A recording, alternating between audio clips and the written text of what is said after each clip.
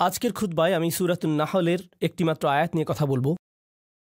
সূরাতুন নাহল কোরআনের ১৬তম সূরা আর এটি ৭২ নম্বর আয়াত। আমি শুরুতেই এর অনুবাদ করছি। আল্লাহু জাআলা লাকুম মিন আনফুসিকুম আজওয়াজা, আর আল্লাহ তোমাদের জন্য তোমাদের থেকে জোড়া সৃষ্টি করেছেন। ওয়া জাআলা লাকুম মিন আজওয়াজিকুম বানিন, এবং তোমাদের যুগল হতে তোমাদের জন্য সন্তান সৃষ্টি করেছেন। ওয়া হাফাদা, এবং যারা তোমাদের সেবায় নিয়োজিত। এর অর্থ নাতি নাতনিও হয়, একটু পরে নিয়ে কথা বলছি। তাহলে এর দ্বারা সন্তান সন্ততি এবং নাতি নাতনিও বোঝায়। ওয়া রাযাকাকুম মিনাত তাইয়্যিবাত, সকল উত্তম ও পবিত্র উৎস থেকে তিনি তোমাদেরকে রিজিক দিয়েছেন। আফাবিল বাতিলি মিনুন, এত সব কিছুর পরেও কি তারা ভিত্তিহীন বাতিল জিনিসের উপর বিশ্বাস করবে? অবিনিয়ামাতিল্লাহি হুম ইয়াকফুরুন, আর আল্লাহর অনুগ্রহকে তারা অস্বীকার করবে। এই আয়াতটি মূলত আল্লাহ আযজা ওয়া জাল্লার পক্ষ থেকে একটা গভীর অর্থপূর্ণ বার্তা। আমি আশা করছি যে কয়েক মিনিট আপনাদের সাথে ব্যয় করব। এই সময়ে অন্তত আমরা আয়াতটির কিছু অংশ নিয়ে আলোচনা করতে পারব, নিশ্চিতভাবেই সব কিছু না। কোরআনের বিভিন্ন স্থানে আল্লাহ আমাদের প্রতি তার অনুগ্রহের কথা জানিয়েছেন। তিনি আমাদের চারপাশে যে সুন্দর সুন্দর জিনিসগুলো সৃষ্টি করেছেন, যা আমাদের সেবা দিয়ে যাচ্ছে বা কল্যাণে আসছে, আর আমাদের উচিত এগুলো নিয়ে ভাবা এবং এগুলোর জন্য আল্লাহর নিকট কৃতজ্ঞ হওয়া। স্পষ্টত এই আয়াতের মূল কথাও আল্লাহর প্রতি কৃতজ্ঞ হওয়া, কারণ আয়াতটি শেষ হয়েছে একথা বলে, অবিনিয়ামাতিল্লাহি হুম ইয়াকফুরুন, যে তারা আল্লাহর অনুগ্রহের প্রতি কৃতজ্ঞ। যদি এখান থেকে একটু পেছনে এসে লক্ষ্য করেন তাহলে বুঝতে পারবেন এই আয়াতে যা কিছু বর্ণিত হয়েছে সব কিছুর জন্য আমার আল্লাহর প্রতি কৃতজ্ঞ হওয়া উচিত। তাহলে স্পাউস, স্বামী এবং স্ত্রী, সন্তান, নাতি নাতনি ছাড়িয়ে আরও যারা আছে, একটু পরে এ নিয়ে কথা বলছি, আমার জীবনের সকল মানুষের জন্যই আমার কৃতজ্ঞ হওয়া উচিত। এটা তো দেখা যাচ্ছে বিশাল একটা চ্যালেঞ্জ, কারণ একটা আপেলের জন্য কৃতজ্ঞ হওয়া খুব সহজ, একটা গাড়ির জন্য কৃতজ্ঞ হওয়া খুব সহজ, কারণ গাড়িটা আপনি যা চান তাই করে। আবার খাবারের জন্য কৃতজ্ঞ হওয়া অনেক সহজ, কারণ এটি আমাদের সাথে সাথে পুষ্টি যোগায়। আপনার চাকরির জন্য কৃতজ্ঞ হওয়া সহজ, কারণ দিন শেষে আপনি বেতন পাচ্ছেন। কাপড়ের জন্য কৃতজ্ঞ হওয়া সহজ, এটি আমাদেরকে ঢেকে রাখে এবং ক্ষতিকর জিনিস থেকে সুরক্ষা দেয়। তো এমন সব জিনিসের জন্য কৃতজ্ঞ হওয়া খুবই সহজ, যেসব জিনিসের সুবিধা আমি তাৎক্ষণিকভাবে প্রত্যক্ষ করি, কিন্তু আমি বুঝতে পারছি না স্বামী, স্ত্রী, সন্তান এদের জন্য কিভাবে কৃতজ্ঞ হব। মানে বিষয়টা বেশ জটিল আকার ধারণ করতে পারে। সিরিয়াসলি, আপনি তাদেরকে দেখেছেন? তারাও আশীর্বাদ। আপনি আমার বাবাকে চেনেন, উনিও কি আশীর্বাদ? আমার বাচ্চাদের কখনো দেখেছেন তারা কিভাবে আমার সাথে কথা বলে জানেন? তারা আমার জন্য অনুগ্রহ। এদের জন্য আমার কৃতজ্ঞ হওয়া উচিত। আমার জন্য আয়াতের অর্থ বলে দেওয়াটা খুব সহজ। এই যে আল্লাহ চান আমরা যেন কৃতজ্ঞ হই আমাদের স্বামী বা স্ত্রীর জন্য, সন্তানদের জন্য, নাতি নাতনিদের জন্য। প্রসঙ্গত এখানে আরো জটিল এবং মজার একটা ব্যাপার আছে। হাফাদাহ নাতি নাতনি অর্থে ব্যবহৃত হয়। প্রকৃতপক্ষে এটি হাফিদের প্রচলিত বহুবচন। হাফিদ একবচন মানে নাতি, বহুবচন আহফাদ এবং হুফাদা, যার অর্থ নাতি নাতনিরা। আর হাফাদাহ সম্পর্কে আত-তাবারি সহ অনেকে বলেন কুল্লু মান ইউইন ওয়া ইয়াখদিম, অর্থাৎ যারাই আপনার কোনো কাজে এসেছে, যাদের সাহায্য পেয়েছেন আপনার বৈবাহিক আত্মীয়তার কারণে, এমন প্রত্যেকে যারা আপনাকে সাহায্য করেছে বা যাদের সাথে আত্মীয়তার বন্ধনে যুক্ত হয়েছেন বিয়ে করার কারণে, তারাই মূলত হাফাদায়ের অন্তর্ভুক্ত। তাই অনেক আগেই মুজাহিদ শ্বশুরবাড়ির আত্মীয়দের হাফাদায়ের অংশ বলেছেন। তাহলে এই যে কোরআনে শ্বশুরবাড়ির আত্মীয়দের নিয়েও আয়াত আছে, কারো মনে যদি জিজ্ঞাসা থাকে এ নিয়ে, ব্যাপারটা আরো জটিল আকার ধারণ করে, কারণ শ্বশুরবাড়ির আত্মীয়দের নিয়েও আমাদের কৃতজ্ঞ হওয়ার কথা। কি সিরিয়াসলি?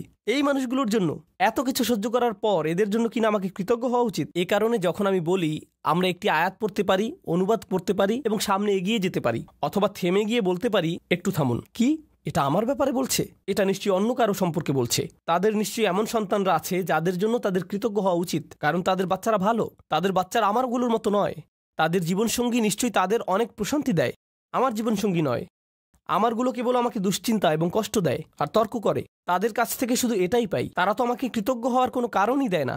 ওরা সহজে কৃতজ্ঞ হতে পারে কারণ ওরা আল্লাহর নিয়ামত পেয়েছে, কিন্তু আমার পক্ষে তো এই পরিবারের জন্য কৃতজ্ঞ হওয়া সম্ভব না।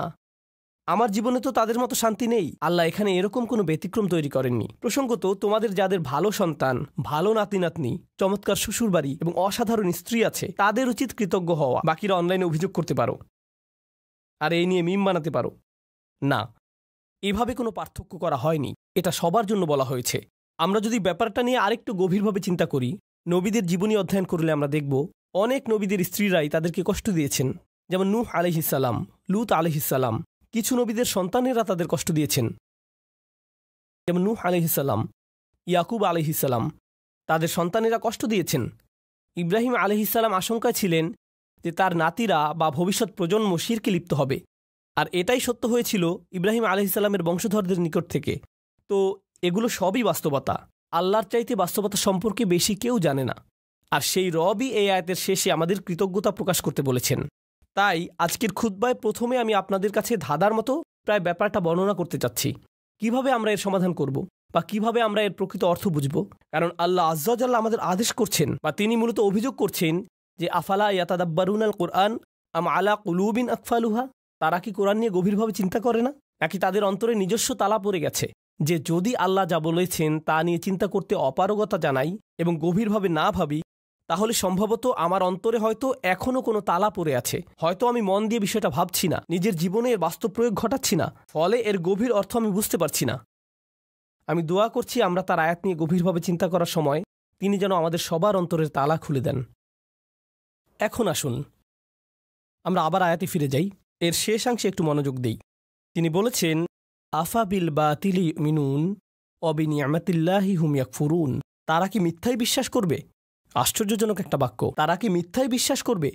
এমন আয়াতের ক্ষেত্রে আপনি কল্পনা করতেন যদি আয়াতের শুরুটা শিরক বা মিথ্যা প্রভু নিয়ে হতো এবং বলা হতো যে তারা আল্লাহ ছাড়া অন্য কারো ইবাদত করে, এরপর তারা বাতিলে বিশ্বাস করে, এমন একটি জায়গায় আলোচনাটি যথোপযুক্ত ছিল। কিন্তু আলোচনাটি এরকম নয়। কথাটা এমন ছিল যে তিনি তোমাদের মধ্য থেকে তোমাদেরকে দিয়েছেন স্ত্রী, সন্তান, নাতি নাতনি, শ্বশুরবাড়ি, বড় পরিবার এবং যারা তোমাদের সহযোগিতা করে এসব, এবং তারপর বলা হলো এরপরও কি তারা বাতিলকে বিশ্বাস করবে? সুবহানাল্লাহ, এ কথাটা এখানে কেন? তো আরেকটা ধাঁধা, আমি একটা ধাঁধার উপর আরেকটা ধাঁধা যোগ করছি, তাই না?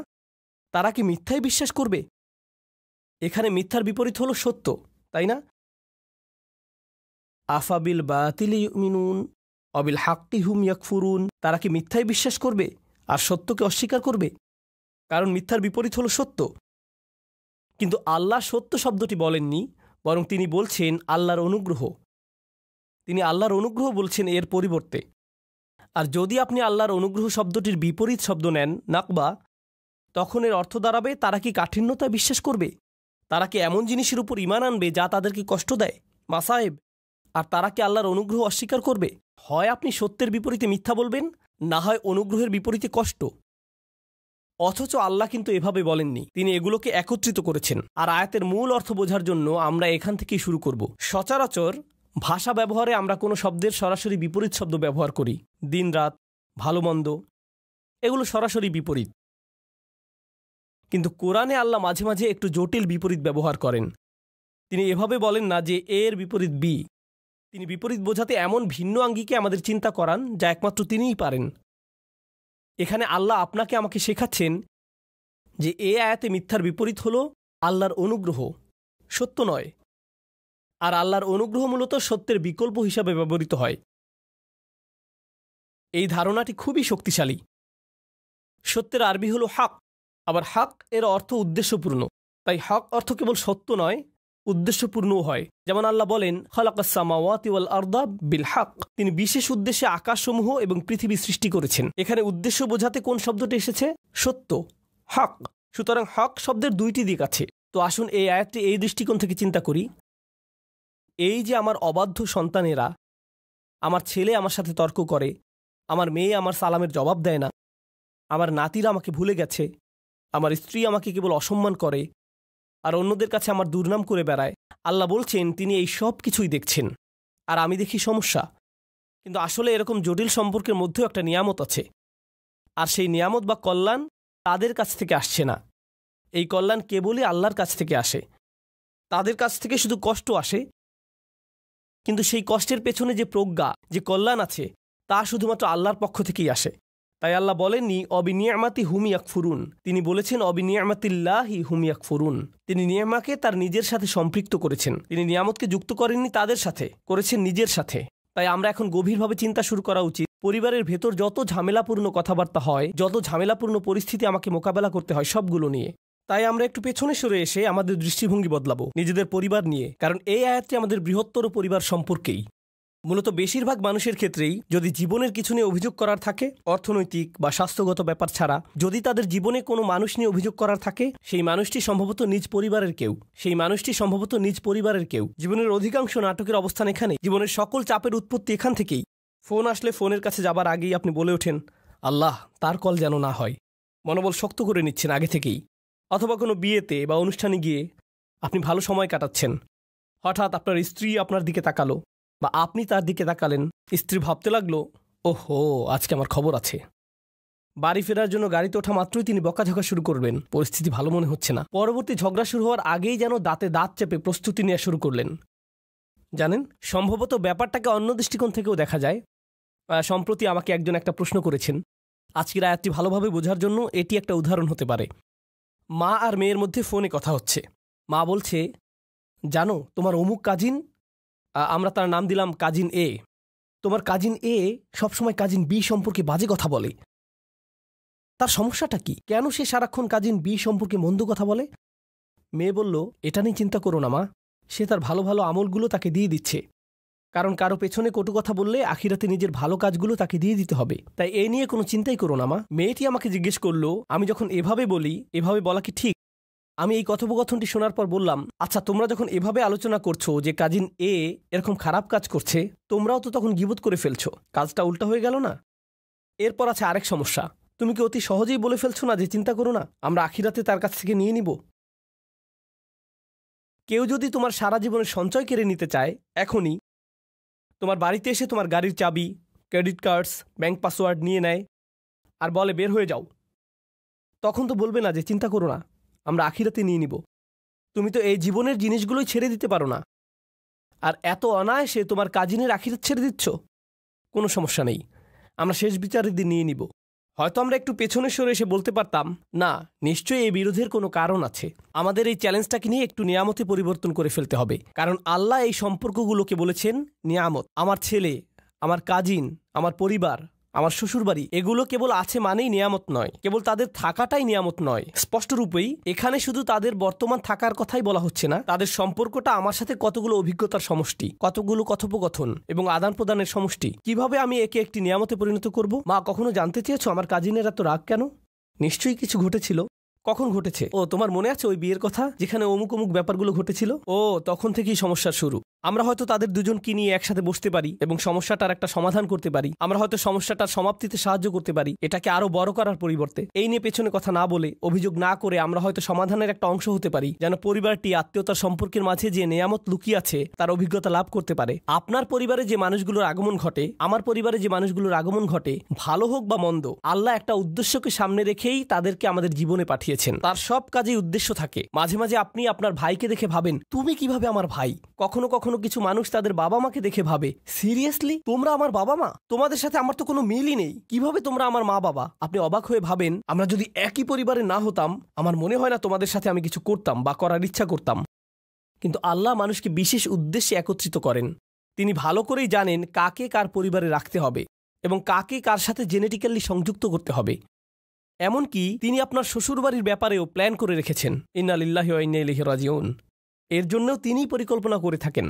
এখন সব কিছুকে একটা বড় পরীক্ষা মনে হতে পারে, কিন্তু আমি যদি নির্দিষ্ট একটি দৃষ্টিকোণ থেকে আয়াতটি নিয়ে চিন্তা করি, আমাকে এখানে আশীর্বাদ খুঁজে পেতে হবে। আমি এখানে আশীর্বাদ খুঁজে পাবো না যদি আমি সবকিছুকে উদ্দেশ্যপূর্ণ দৃষ্টিতে না দেখি।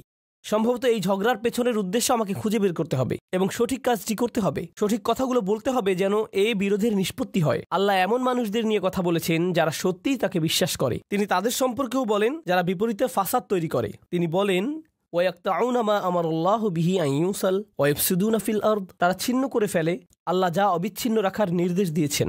পারিবারিক বন্ধনগুলো অটুট রাখা সত্যিই কঠিন। স্বামী স্ত্রীর সম্পর্ক মজবুত রাখা কঠিন। সন্তান সন্ততিদের মাঝে বন্ধন বজায় রাখা কঠিন। ভাই বোনদের মাঝে রাগারাগি তীব্র আকার ধারণ করতে পারে। পিতামাতা এবং সন্তানদের মাঝেও রাগারাগি তীব্র আকার ধারণ করতে পারে। আপনার নিজের পরিবার এবং শ্বশুরবাড়ির মাঝে মতবিরোধ প্রচণ্ড খারাপ হয়ে পড়তে পারে। ওইগুলো ছোটখাটো মতবিরোধ নয়, কিন্তু এই সকল মতবিরোধের প্রতি আমি যদি উদ্দেশ্যপূর্ণ দৃষ্টিতে তাকাই, জানেন আমি কি করব? আমি কোনো না কোনোভাবে এটাকে আশীর্বাদে পরিণত করব। আমি এই ঝগড়া সমাধানের একটা উপায় খুঁজে বের করব। আমি এই নিয়ে আলোচনা চালিয়ে যাওয়ার একটা উপায় খুঁজে বের করব। আল্লাহ আমাদের নবীদেরকে এমন সব কঠিন পরিস্থিতিতে ফেলেন, কিন্তু তবুও তারা এতে আল্লাহর নিয়ামত খুঁজে পান, কারণ তারা সব কিছুর দিকে উদ্দেশ্যপূর্ণ দৃষ্টিতে তাকান। তো এটাই আমাদের প্রথম শিক্ষা, আবিনিয়ামাতিল্লাহি হুম ইয়াকফুরুন থেকে। এই আয়াতের আরেকটা দিক আমি নিজেকে এবং আপনাদেরকে স্মরণ করিয়ে দিতে চাই।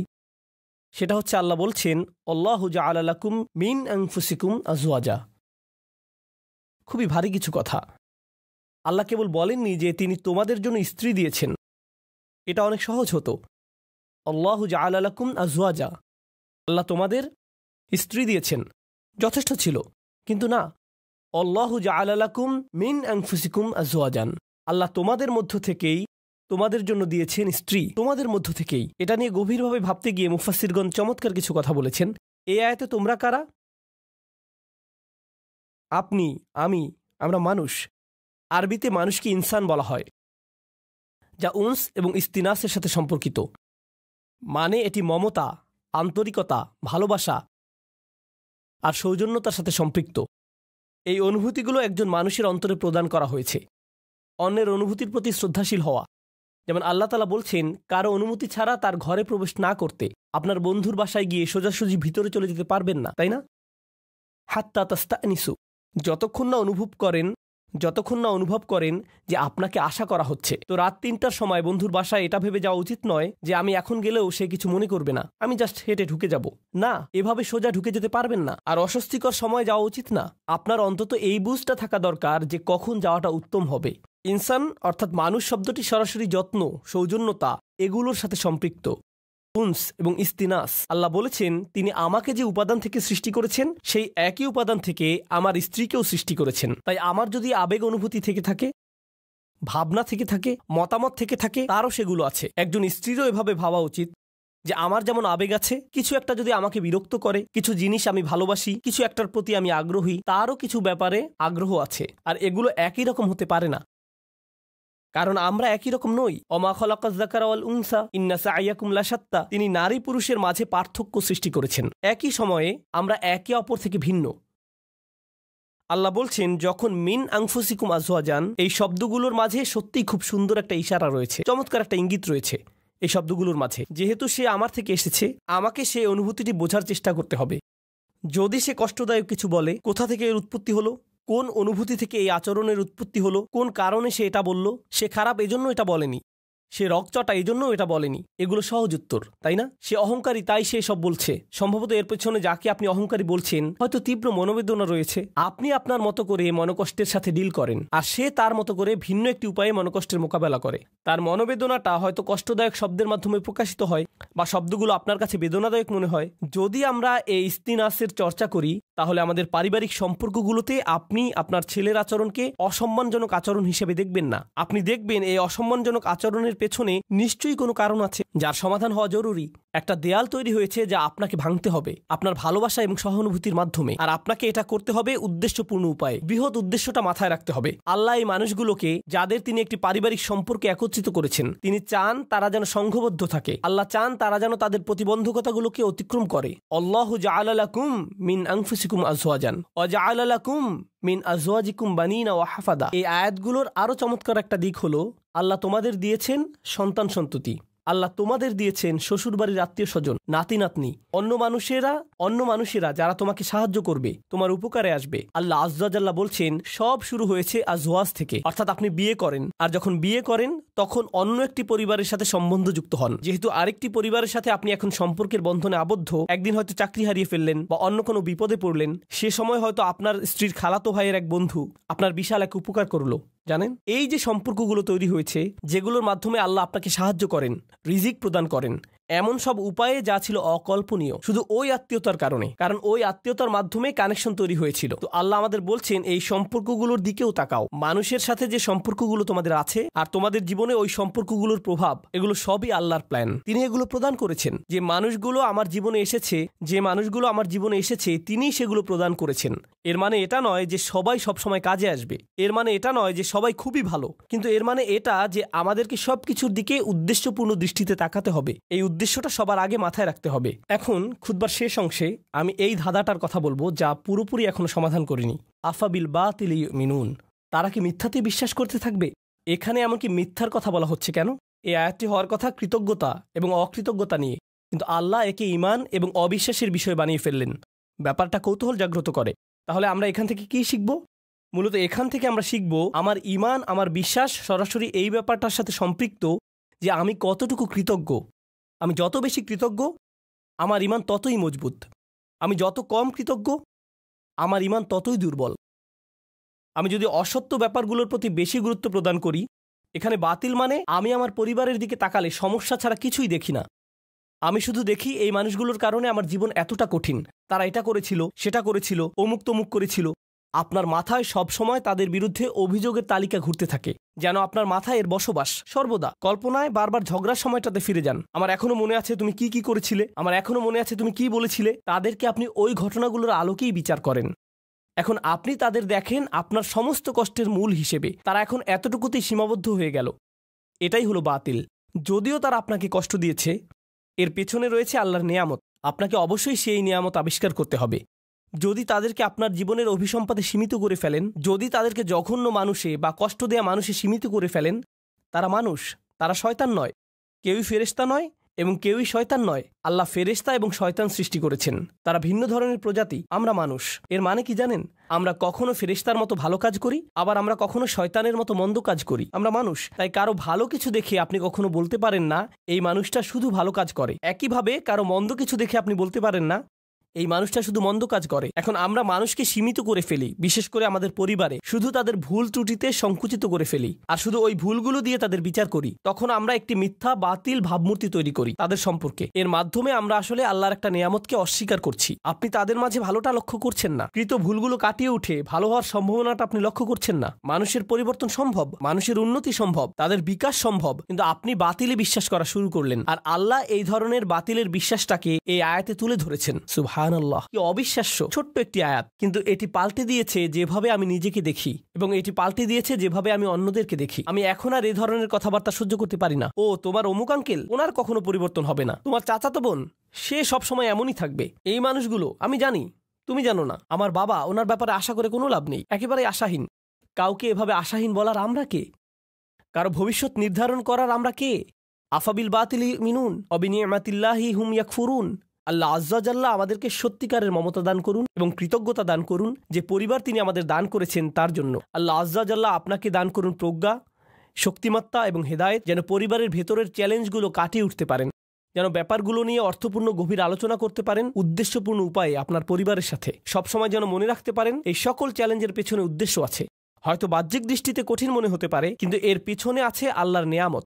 আল্লাহ আজ্জা জাল্লাহ আমাদেরকে ওই নেয়ামতটা দেখার সুযোগ দান করুন এবং যেন কখনো এটা অস্বীকার না করি। আল্লাহ আমাদেরকে তাদের অন্তর্ভুক্ত না করুন যারা মিথ্যা দোষারোপ করে তাদের প্রিয়জনদের যে ভুলগুলো তারা করেছিল তার জন্য, আর আমরা তাদের উপর তা আরোপ করি, আর তাদেরকে সেটা নিয়ে চিরকাল বেঁচে থাকতে হয় আমাদের ভুল অভিযোগ আরোপ নিয়ে। এই ভুলটাই ইয়াকুব আলাইহিসসালামের সন্তানরা করেছিল। তারা তাদের বাবার উপর ভুল একটি অভিযোগ আরোপ করেছিল, ইন্না আবানা লাফি দলালিম মুবিন। আমাদের বাবা বিভ্রান্তিতে হারিয়ে গেছেন, কারণ উনি ইউসুফকে বেশি ভালোবাসেন। উনি অন্যায্য, আমাদের বাবা অন্যায্য এবং বিভ্রান্ত।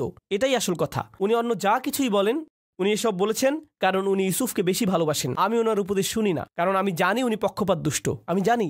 এখন যেহেতু তারা ওনাকে পক্ষপাতী হিসেবে কল্পনা করে নিয়েছে, ওনার ব্যাপারে একটি বাতিল ধারণা এঁকে নিয়েছে, একই কাজ আমরাও আমাদের পরিবারের সদস্যদের সাথে করতে পারি। আমরা তাদের শরীরে একটি বাতিল স্টিকার লাগিয়ে দিতে পারি। এখন তারা যাই বলুক এগুলোর কোনো অর্থ নেই, কারণ আমরা ইতিমধ্যে মেনে নিয়েছি তাদের সব কথা সেই একই ভুল জায়গা থেকে এসেছে। তাই আমি দোয়া করি পরস্পরের প্রতি এমন করা থেকে আল্লাহ আমাদের রক্ষা করুন এবং আমাদের পরিবারগুলোকে একত্রিত করে তুলুন। আল্লাহ আমাদেরকে সাহায্য করুন যেন কাটিয়ে উঠতে পারি এবং সুস্থ হতে পারি ওই ব্যথাগুলো থেকে যা আমরা তাদের কাছ থেকে পেয়েছি, এবং তিনি আমাদেরকে যে নিয়ামত দান করেছেন তার জন্য যেন সত্যিকার অর্থে কৃতজ্ঞ হতে পারি। বারাকাল্লাহু লি ওয়া লাকুম ফিল কুরআনিল হাকিম ওয়া নাফা'নি ওয়া ইয়্যাকুম বিল আয়াতি ওয়া যিকরিল হাকিম।